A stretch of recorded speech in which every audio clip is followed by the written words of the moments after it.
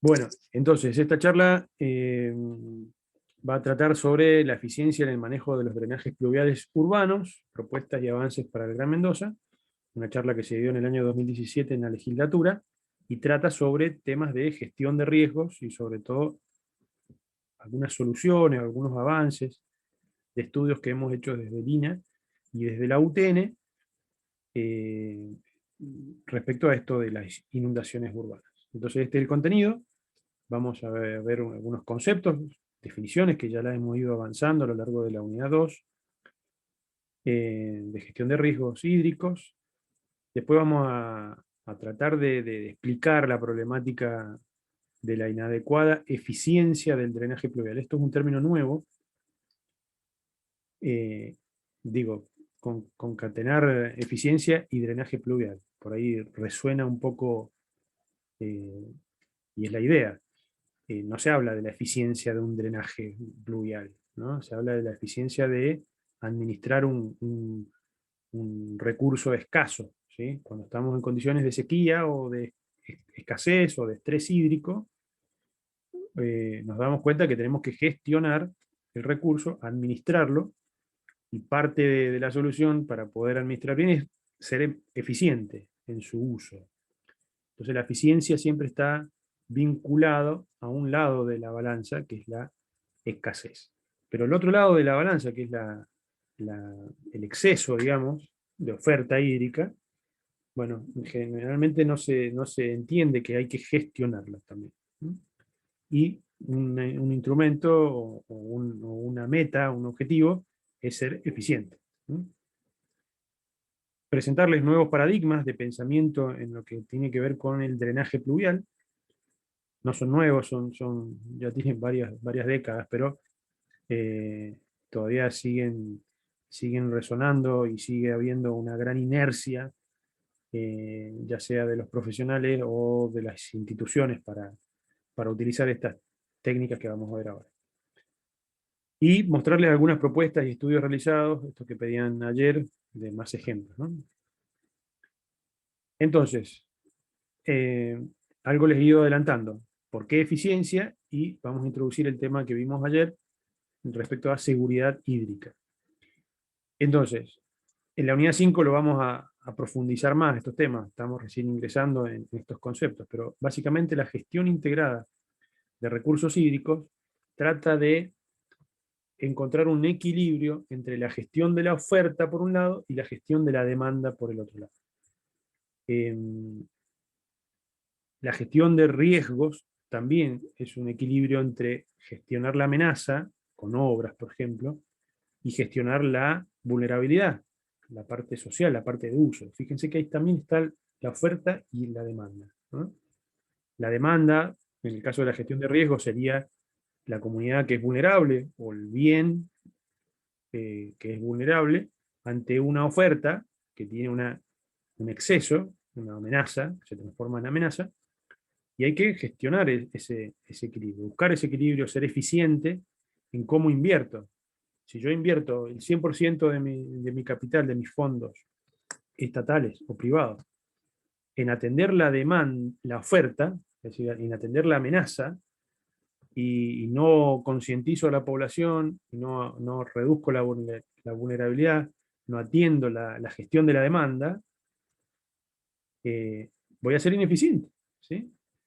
Porque quizá invirtiendo mucho menos en infraestructura para minimizar la amenaza e invertir un poco en reducción de la vulnerabilidad, voy a ser más justamente eficiente. Entonces lo que trata esta charla es esto, buscar soluciones por ahí un poco más sustentables, más basadas en la naturaleza. Soluciones basadas en la naturaleza es un término también que se acuñó hace un par de años, con soluciones no tradicionales, no convencionales, que tratan de, digamos, también se las denomina soluciones verdes, ¿sí? Porque tratan de minimizar los hormigones, digamos, básicamente, ¿no? Entonces, en la gestión integrada de los recursos hídricos, al hablar de gestión de la oferta, se trata de hacer énfasis en tratar de regular el río, ¿sí? Con obras, con infraestructura, hacer gestión de cuencas, hacer aprovechamientos múltiples, integrales, y básicamente acá en esta parte se encuadrarían la mayoría de las soluciones estructurales. ¿Sí? Cuando hablamos de la gestión de la demanda, ya nos metemos en un campo más social o socioeconómico. Entonces, acá hay que hablar de política hídrica, de instrumentos económicos, temas normativos, de legislación, temas de gobernanza, acá está la gobernanza nuevamente, la integración de sectores y niveles, ¿sí? Temas culturales, los hábitos de consumo, fíjense que esto es importantísimo, cambiar, ¿sí? Concientizar a la población para que consuma de manera eficiente. Y acá es donde siempre escuchamos la eficiencia, ¿no? De este lado. Eh, Resolver conflictos, nuevamente yo les dije que cuando existen diferentes usuarios o estos stakeholders que denominábamos, que están en competencia por utilizar un recurso hídrico para determinados fines, bueno, ahí cuando hay múltiples usos, siempre van a haber diferencias de poder y van a existir conflictos.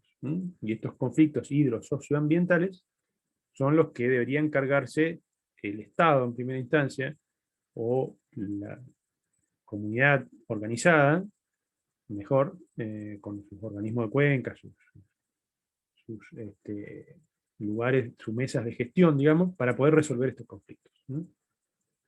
Y en términos generales, las soluciones denominadas no estructurales se encuentran de este lado de la balanza.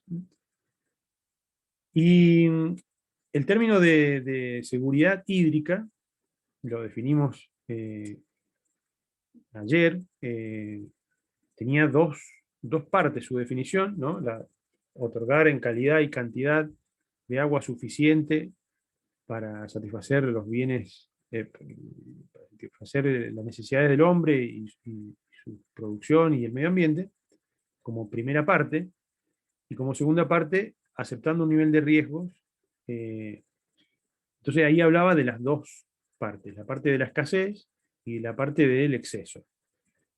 Entonces, nuevamente, estamos acostumbrados ante la escasez a hablar de eficiencia y ante el exceso empezar a discutir estos temas de gestión de riesgos, acá donde aparece completo el término de seguridad hídrica, para justamente perseguir una ciudad resiliente, ¿no? Capaz de recuperarse de la mejor manera ante un evento catastrófico. Acá hay un diagramita que por ahí es muy sintético, pero podría explicar la causa y el efecto de esta espiral de problemas. Si vemos nuestro contexto local, digamos, acá en Mendoza, tenemos un crecimiento urbano que sigue una tendencia, digamos, positiva, como muchos otros lugares en el planeta, eh, y ese crecimiento urbano, ese aumento poblacional, va a requerir más infraestructura. Parte de esa infraestructura requerida es el drenaje pluvial. Nosotros tenemos un sistema cultural diferencial respecto a otras provincias en Argentina porque concebimos a las acequias de riego como parte de nuestro sistema de drenaje pluvial, ¿no? Algunos autores podrían eh, indicar que tienen esa doble función. Mi punto de vista personal es que no, fueron concebidas y diseñadas y pensadas para riego, un riego del arbolado público que nos caracteriza a nuestra ciudad de Mendoza, ejemplo de grandes paisajistas en el mundo y gran atractivo turístico para los que nos visitan por primera vez. Realmente ver una ciudad tan verde en un oasis, ¿no? Todo implantado por el hombre, tiene su razón de ser, tiene su cultura, ¿no? Y eso lo entendemos, y gracias a ese sistema de cunetas y acequias, en primera instancia de tierra y después revestidas, bueno, dieron lugar a este arbolado urbano.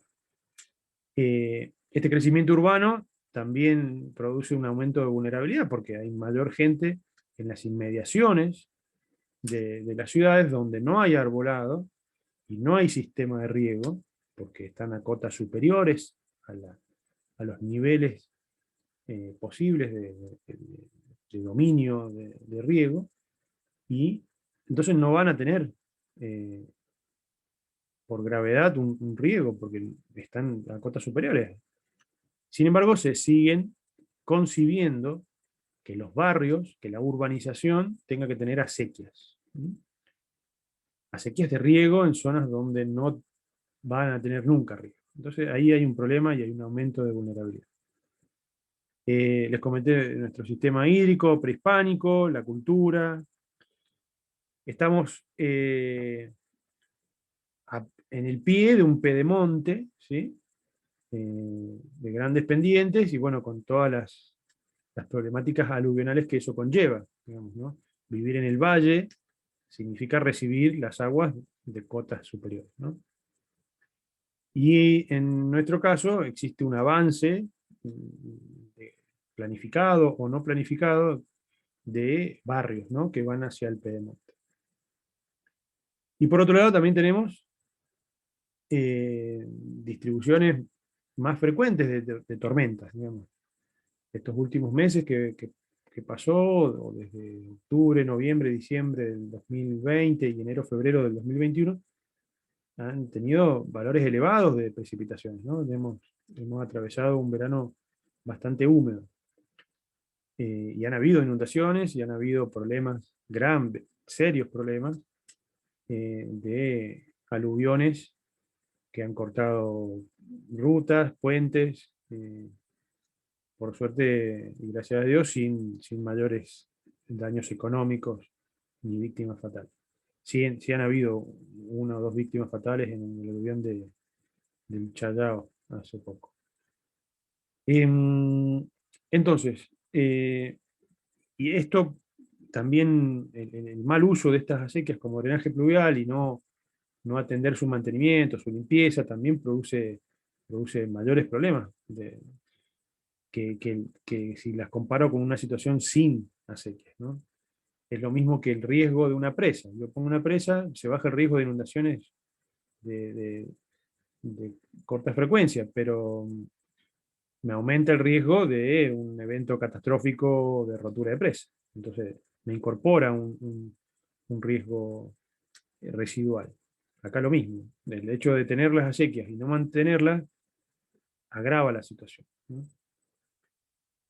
Hay un problema cultural también del vecino frentista que debe cambiar esa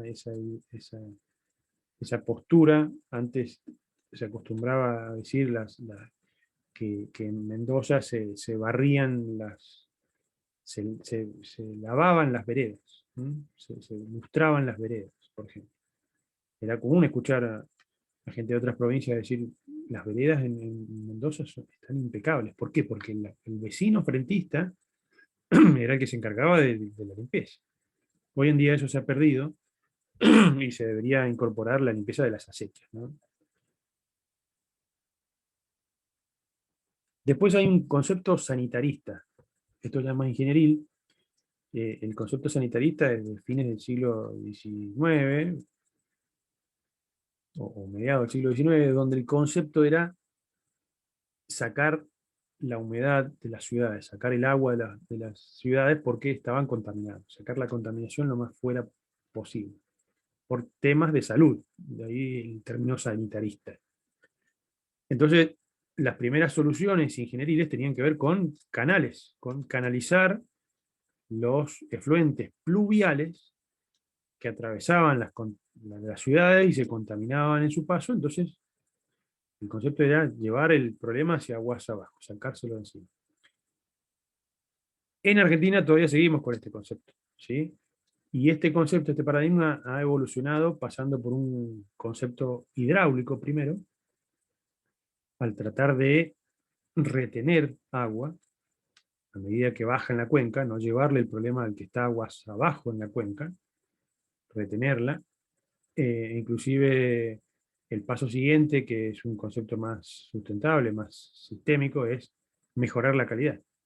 A medida que baja, también hacer eficiente en la calidad del efluente pluvial, en en países del hemisferio norte, en países desarrollados, existen soluciones, por ejemplo, que las bocas de tormenta en la ciudad, una ciudad, digamos, diferente de Mendoza, tiene su sistema pluvial a través de tuberías, entubado, soterrado, y van debajo de las calles. Y para poder ingresar a ese sistema, entra por los inbornales o las bocas de tormenta, que pueden estar con rejillas, con rejas o en los cordones, digamos, ¿no? En estos países más desarrollados, inclusive existen soluciones para mejorar, retener los contaminantes en esos lugares, ¿no? Y después hacer un mantenimiento y extraer la contaminación, para que no siga agua abajo la contaminación, ¿no? Entonces, nosotros tenemos un concepto sanitarista. Seguimos dejando que el agua baje y el problema lo tiene la valle, ¿sí? Cuando se inunda Mendoza, cuando llueve en Mendoza, la valle lo sufre.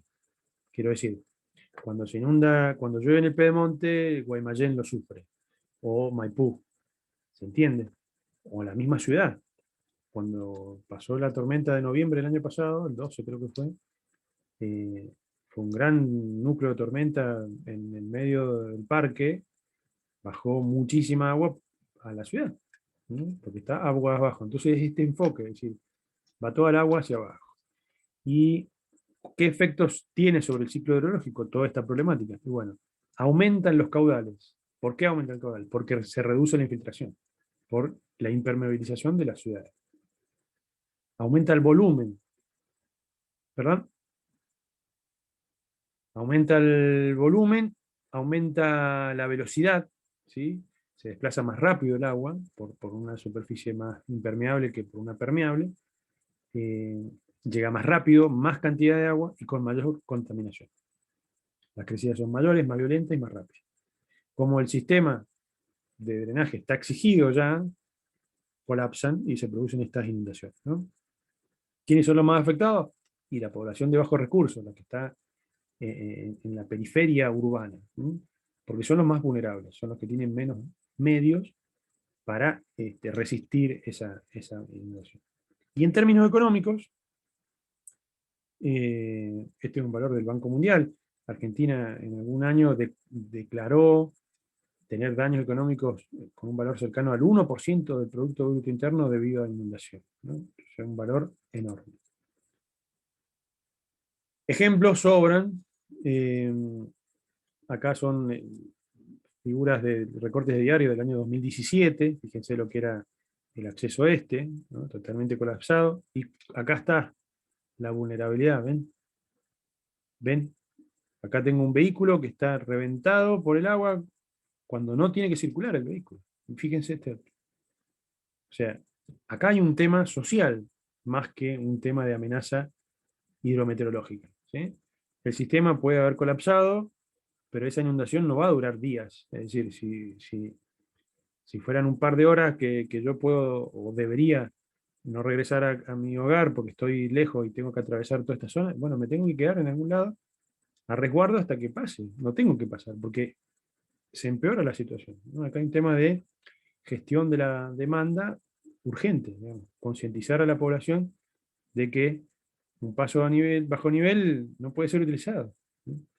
Hay soluciones tipo barreras automáticas que he visto en otros países que se utilizan, funcionan, barreras que bajen para cortar estos pasos vehiculares y evitar fallecimiento acá. Bueno, ejemplos sobran, ¿no? Eh, Cuando antes no sobraban tanto, digamos, no habían tantas inundaciones. Y algunos avances, por ejemplo, esto es un reservorio pluvial, barrial, esto en el barrio Atzango de Cruz, barrio Los Peregrinos, Pablo VI. Eh, yo tuve la oportunidad de participar en el diseño de esto y era una solución. El problema que pasó, estos barrios con operatorias del IPB y programas de mejoramiento barrial accedían a fuentes de inversión para urbanizar. Sí. Es decir, poseer líneas de alumbrado público, gas, cordón, banquina, cuneta. Y dentro de esas obras hidráulicas, digamos, que se realizaron, se diseñó un reservorio para minimizar un poco el agua pluvial que bajaba a otros barrios ubicados aguas abajo. En una primera instancia, la gente local no entendía su funcionamiento. ¿Y qué hacían? Y lo llenaban de basura, ¿ven? Fíjense. Estos son figuras viejas, y esto fue lo que aconteció el día de la lluvia en 2017. La gente no interpretaba para qué estaban, se quejaban de que iban a haber mosquitos, de que el agua iba a estar ahí una eternidad y que no iba a funcionar. Bueno, si esto se le dotaba, si iba a ser una cancha de fútbol antes, interna, para que tuviera mantenimiento. Finalmente creo que se dejaron algunos bancos y algún espacio verde como para que tenga esa función, pero finalmente la gente entendió que funciona para retener agua en el caso de lluvia y evitar daños aguas abajo, digamos. Y el reservorio funciona, ¿sí? Entonces, en esa época, este diario, no sé qué diario Los Andes era, sacó como ejemplo, digamos, de una buena solución esto, ¿no? Porque esto minimiza los riesgos. Este sería también un flujograma que explica lo que les comenté del crecimiento urbano como principal causa para aumentar los caudales, las velocidades, los volúmenes, que produce estos daños, inundaciones, sistemas obsoletos, pérdida económica. La solución tradicional, esquema sanitarista, pasa por un rápido drenaje. La solución no tradicional, tratando de imitar las condiciones naturales, soluciones basadas en la naturaleza, tiene que ver con control en la fuente, es decir, mitigar, controlar lo que llueve en el área del barrio, en el área del municipio, etc. Como no se puede trabajar por cuenca, y lo vamos a ver en la unidad 5, pero el ámbito ideal, perfecto para trabajar estos temas es la cuenca, ¿sí? Si yo controlo y gestiono toda la cuenca, ya está. Y dentro de la cuenca entiendo quién está arriba, quién está abajo, ¿sí? El tema con las cuencas es que hay límites jurisdiccionales entre medio, entonces ahí es más complejo porque tiene que haber una muy buena alineación entre esas jurisdicciones, y si es diferencias verticales, si hay distintos niveles jurisdiccionales, peor. Entonces, en definitiva, el control en la fuente significa donde se puede, en el lugar de estudio que se puede. Si es la cuenca, sería ideal. Desconectar áreas impermeables, también como prioridad. ¿Qué significa esto? Y bueno, que el drenaje primero pase por un área permeable, sería. Es decir, que si yo tengo una ordenanza que diga que todos los techos de todas las casas deben pasar primero por un dispositivo laminador o por un patio permeable, antes de entrar en el sistema de las acequias, o el sistema de la calle que exista, o el canal que exista, el sistema mayor de drenaje pluvial, ya es un gran avance porque estoy reduciendo la velocidad con el cual llega ese fluente pluvial. Otro principio dentro de estos paradigmas nuevos es que son obras menores, distribuidas en el espacio. Son pequeñas obras, pero muchas. Cantidad de obras pequeñas distribuidas en el espacio. Y esto de las soluciones basadas en la naturaleza. Tratar de imitar las condiciones naturales. Este es un término que acuñé yo, en otras partes del mundo se los conoce como sistemas urbanos de desarrollo sostenible, SUDS, término español, en inglés Low Impact Development, y yo lo he denominado desarrollo urbano de bajo impacto hidrológico, el DUBI. El DUBI básicamente es un conjunto de estrategias de manejo y gestión sustentable en la fase de planificación. Acá es lo importante.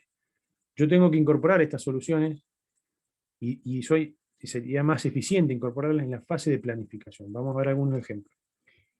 Que tiendan a evitar estas externalidades negativas en la hidrología y en el medio ambiente como consecuencia de la urbanización. El principio rector es urbanizar considerando los aspectos hidrológicos, entendiendo la cuenca, los aspectos ambientales en la etapa de planificación, buscando soluciones no tradicionales, de bajo costo y de bajo mantenimiento. Acá vemos algunos ejemplos internacionales: pavimentos permeables. Fíjense que está una manguera abierta, esto es un pavimento, una calle, totalmente impermeable. Esto yo lo he visto, hay tecnología en Mendoza, con unas resinas importadas, desgraciadamente, que permiten llegar a este nivel de infiltraciones. Acá tenemos un bioswale, un cuenco de detención temporal de lluvia. Esto se lo denomina también biojardín o jardín de lluvia. Una retención ahí hidráulica, ¿no? Acá vemos también un jardín de lluvia, una zona permeable, ingresa el agua acá y se infiltra ahí. Acá tenemos una gran zona, un gran cuenco, digamos, ahí de infiltración y jardines de lluvia, ¿no? Desde la Universidad Tecnológica y el Instituto Nacional del Agua se han estudiado los efectos que producen esta urbanización, los impactos en los caudales. Se propusieron algunas soluciones técnicas de urbanización para generar estos DUBI, estos desarrollos urbanos de bajo impacto. Algunos microreservorios, del IPB que veíamos, que funcionó en el 2017, ya en el 2009 los propusimos. Y después se analizó desde un enfoque económico también. El tema con la toma de decisiones, cuando uno innova y propone soluciones no convencionales, existe cierta retención, cierta reticencia en abordar nuevas soluciones, porque uno se acostumbra a ejecutar algo de una determinada manera, y si alguien quiere un cambio, cuesta siempre, ¿no? Entonces, hay una inercia de los municipios en entender estos sistemas, en ver o en creer en su funcionalidad. Bueno, de alguna manera vamos avanzando, se han ejecutado algunas de estas obras que hemos propuesto, y yo creo que es la solución. Entonces, para ayudar al tomador de decisión realmente a elegir estos sistemas, se incorporó en su momento un análisis económico para poder contrastarlos con lo que se hace, digamos, con lo convencional. Y vamos a ver que estas soluciones tienen sus ventajas económicas también, son más eficientes desde lo económico. Y vamos a mostrar algunas trincheras de infiltración y un proyecto de investigación en curso. Acá vemos, por ejemplo, un primer ejemplo que yo tuve la oportunidad de estudiar ya hace muchos años, que es Palmares Valley. Acá se ve un 3D realizado hace más de 20 años esto. Cuando hacer un 3D de esto hace 20 años era tontería, ¿no? Bueno, vemos el proyecto original de Palmares Valley, ya está recortado, porque el proyecto original de Palmares llegaba con medias manzanas acá, en estos faldeos. Acá va el corredor del oeste. Lo que primero se hizo fue comparar hidrológicamente, en una parte técnica, la eficiencia de la incorporación de estas soluciones nuevas, ¿no? Por ejemplo, acá reservorios, ¿ven? Fíjense ahí. Entonces son reservorios que reciben agua de la parte alta de la cuenca, la parte más natural que queda. Se restringió también, como les digo, zonas ahí de caminos que hacían más impermeable la parte alta. Ya incorporando estas soluciones no convencionales, había un impacto menor desde lo hidrológico. Acá estamos viendo el resultado de modelaciones hidrológicas, vemos hidrogramas para una determinada tormenta, acá está 5 años de recurrencia, una condición normal, cuando esto está en estado previo del proyecto, ante un evento de 5 años de retorno, tiene una respuesta como el hidrograma verde, ¿sí? Si se urbaniza con otro tipo de soluciones, porque esto urbanísticamente es una muy buena solución, estos se llaman clusters, son islas, donde esto en los fines de los 90, cuando llegó este proyecto,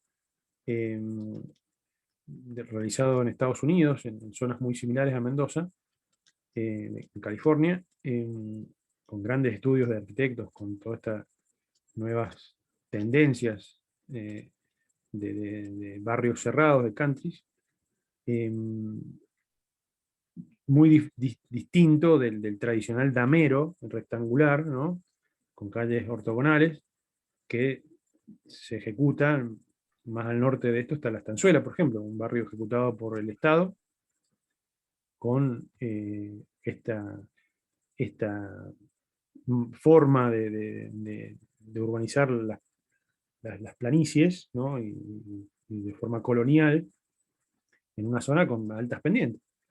Entonces, si yo hubiera estudiado un barrio acá similar a La Estanzuela, en esta misma superficie, con calles rectangulares, rectas, así en la máxima pendiente, el caudal para esa misma tormenta hubiera aumentado 2 o 3 veces, 2,5 veces.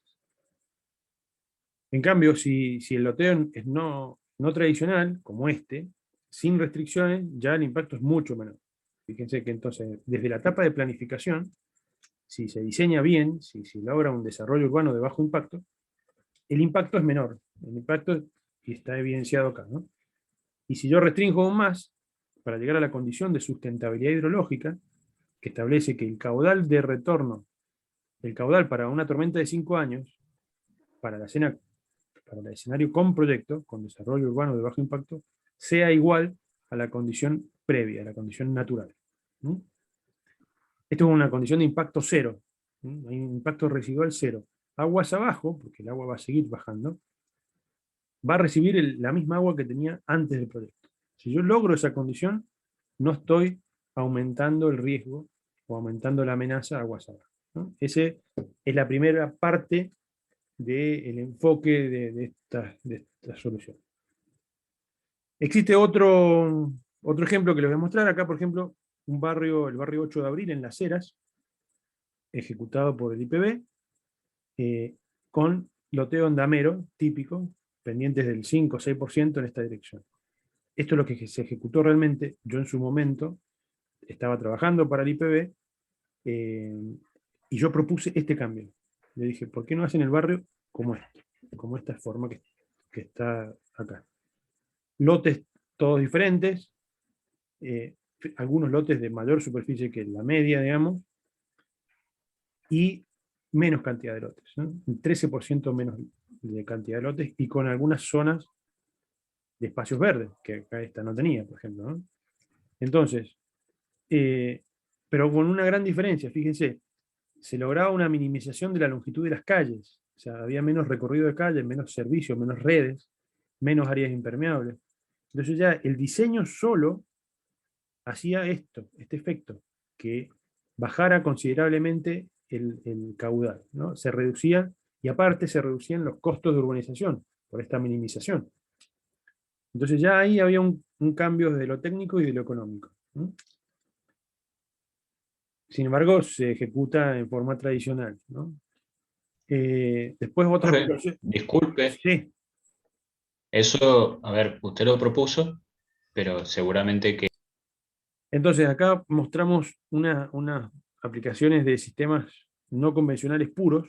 Por ejemplo, acá estamos viendo un corte transversal de una calle, una calzada que tiene su 2%, acá está el cordón y acá empezaría la vereda.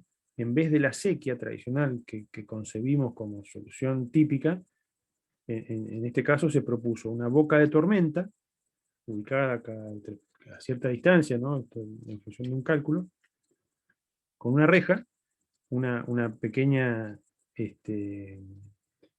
cuneta, acá está, una pequeña banquina colectora, ¿sí? Con una sección de este tipo, eh, que haga transitar un flujo y haga ingresar en la boca de tormenta a través de una reja hacia una trinchera de infiltración, ¿no?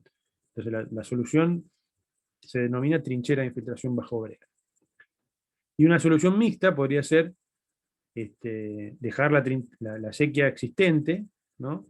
Demoler todo esto, ¿no? Hacer una excavación acá en la vereda, rellenar de piedras con una gradación determinada, romper las soleras, los fondos de las acequias a cierta longitud, y también rellenarlas. Entonces permitir que el agua siga circulando por la acequia pluvial, se infiltre, y permitir que la vereda también se infiltre, y permitir que las descargas domiciliarias, digamos, los caños que llegaban hasta las acequias, queden acá, ¿no? Otra solución interna, esto ya no es por el área pública, por la vereda, por la calle, sino interna en los patios, tiene que ver con trincheras de infiltración también, que son excavaciones, pequeñas excavaciones de 40, 50 centímetros, pues 60, 70, 80 de profundidad, rellenos de piedra, cubiertos con geotextil, que es este elemento de ahí, y derivándolas a un pequeño micro reservorio, ¿no? Antes de llegar a la sequía. Acá vemos los resultados de esta evaluación económica, que aparte de contrastar el escenario alternativo de diseño urbano, se comparó el costo unitario de una sequía común respecto a las soluciones que estábamos proponiendo. En ese momento yo estaba trabajando en el Instituto Provincial de la Vivienda con un programa denominado Promeva, de mejoramiento de barrios. Entonces teníamos acceso a los cómputos de todos los barrios y a los presupuestos de todos los barrios, presupuestos oficiales. Todas estas obras se licitaron y se ejecutaron, no recuerdo el año, pues esto habrá sido en el año 2004, 2005. ¿Me escuchan? ¿Me escuchan bien? Voy a cortar un poquito el video. Sí, ingeniero. Y Bien, bien. les decía que, bueno, son valores muy, muy desfasados en el tiempo, si los comparamos ahora, pero creo que eran año 2004, si mal no recuerdo.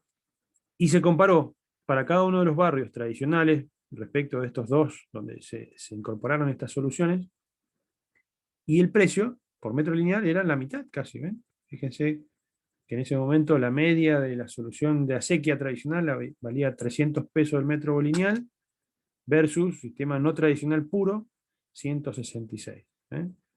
Y un mixto, 278. Entonces, estamos evidenciando que habían un costo evitado, ¿no? Un costo ahorrado, acá, una reducción de un 20% del presupuesto de la obra y una reducción del 6% en el caso de que fuera mixto. Acá vemos una mejora al proyecto de Boca de Tormenta, donde se le incorporó 2 filtros más, filtros de hojas, filtros de sólidos, para que no se atarquine esto, para que no se sedimente. El gran problema que tienen las trincheras de infiltración es que se colmaten. Y un sistema de drenaje interno que permita la limpieza también. Entonces se diseñaron cámaras de carga y limpieza. Acá vemos un ejemplo en el hemisferio norte, no recuerdo qué país es esto, pero básicamente una gran trinchera de infiltración es esto, ¿ven? Un geotextil, una gran excavación, un relleno de piedra y un caño que drena. Y ahí está la cámara de limpieza o de carga. Acá vemos algún otro ejemplo. Fíjense que en toda esta zona es la parte permeable y existe un invernal ahí de acceso o de limpieza. Este es un ejemplo, una solución también nuestra.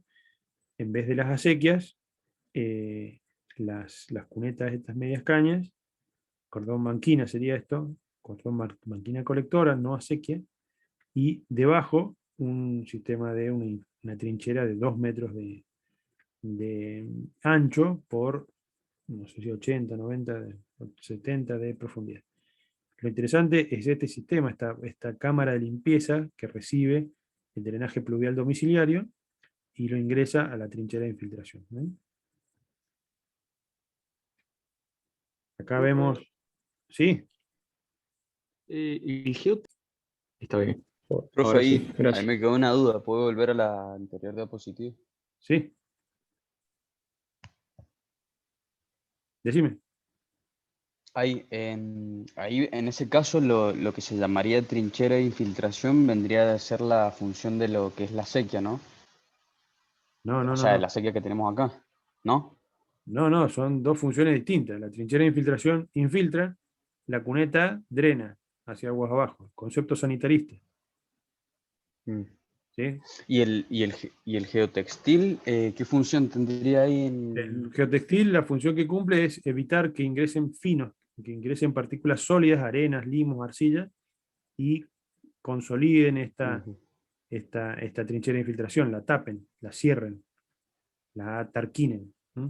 Entonces, la limpieza Perfecto. sería justamente, esto se va a llenar de arenas, de finos, y limpiarlo.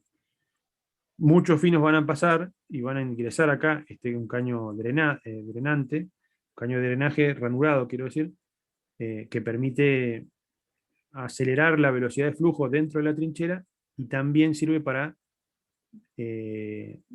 acá se va a producir una llamada hidráulica, digamos, acá hay una diferencia de gradientes hidráulicos. El agua va a ir por manto entre las piedras, digamos, en sentido de la máxima pendiente, pero va a ir a una velocidad. Dentro del caño va a ir a mayor velocidad. Entonces existe una diferencia de gradiente y hace que se produzca un llamado hidráulico. Ese llamado hidráulico hace que entren partículas sólidas acá. Entonces estos caños llegan hasta las cámaras de limpieza y yo puedo sacar de ahí las partículas sólidas. En última instancia, en este caso, por ejemplo, esta trinchera de infiltración se envuelve completamente en el geotextil. En última instancia, lo que se debe rehacer es la parte superficial. Digamos, si se acolmata la parte superficial, bueno, se saca y se vuelve a poner la parte de arriba. ¿Mm? Acá vemos otros ejemplos. Estos son soluciones que se hicieron en el Torreón, por ejemplo.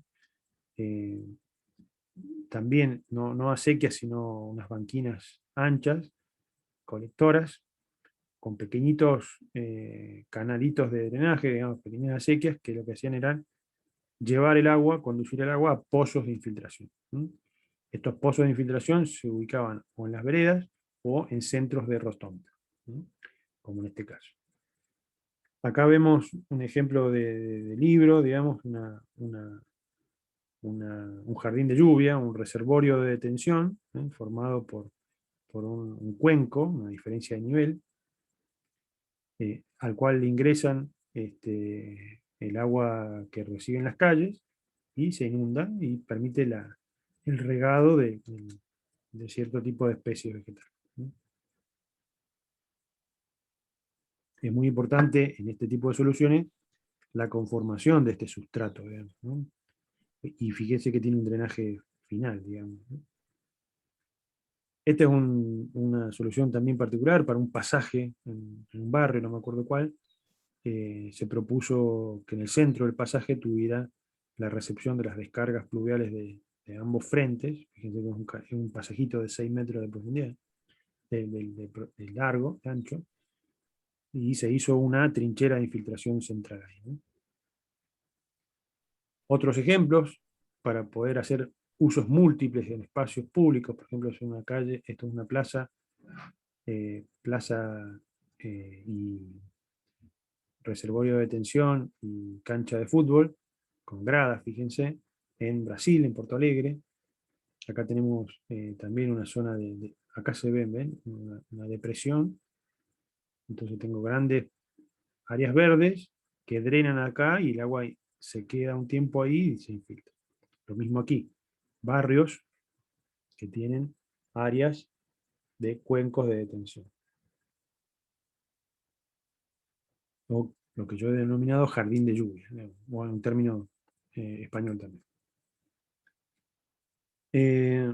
Entonces, les he mostrado algunos ejemplos, les he mostrado cómo estudiamos el efecto técnico y económico. Hemos visto que los caudales aumentan hasta 3 veces. Yo en los últimos estudios del Pedemonte se han evidenciado impactos de hasta 5 veces, en algunos casos particulares hasta 7 veces. Esto se condice con lo que dice la literatura internacional respecto de los impactos de la urbanización. Les mostré estos ejemplos de soluciones. Hay reducción de costos, inclusive, tanto de obras de urbanización como los costos unitarios. Los metros, los pesos por metro de estos sistemas son más eficientes que un peso por metro de una acequia común. Les comenté el tema de considerar la cuenca y no solamente el loteo o el barrio, es importante esto. Ligado a esto está el tema de la condición de sustentabilidad hidrológica, que el caudal de proyecto sea igual que el caudal anterior. Esto hace que exige que existan obras de detención, por lo menos.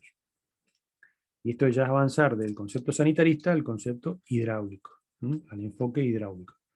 Queda un paso más a seguir todavía que tiene que ver con el control o mejoramiento de la calidad del efluente, ¿no? Entonces ahí ya tendríamos que estar estudiando qué tipo de vegetación podríamos incorporar para que haga fitodepuraciones, por ejemplo, ¿no? O qué tipo de soluciones técnicas, filtros, plásticos o metálicos, mallas, lo que sea, poder incorporar para sacar metales pesados, por ejemplo, del drenaje pluvial. Y sería todo. Espero que les haya gustado. Quedo atento a sus preguntas.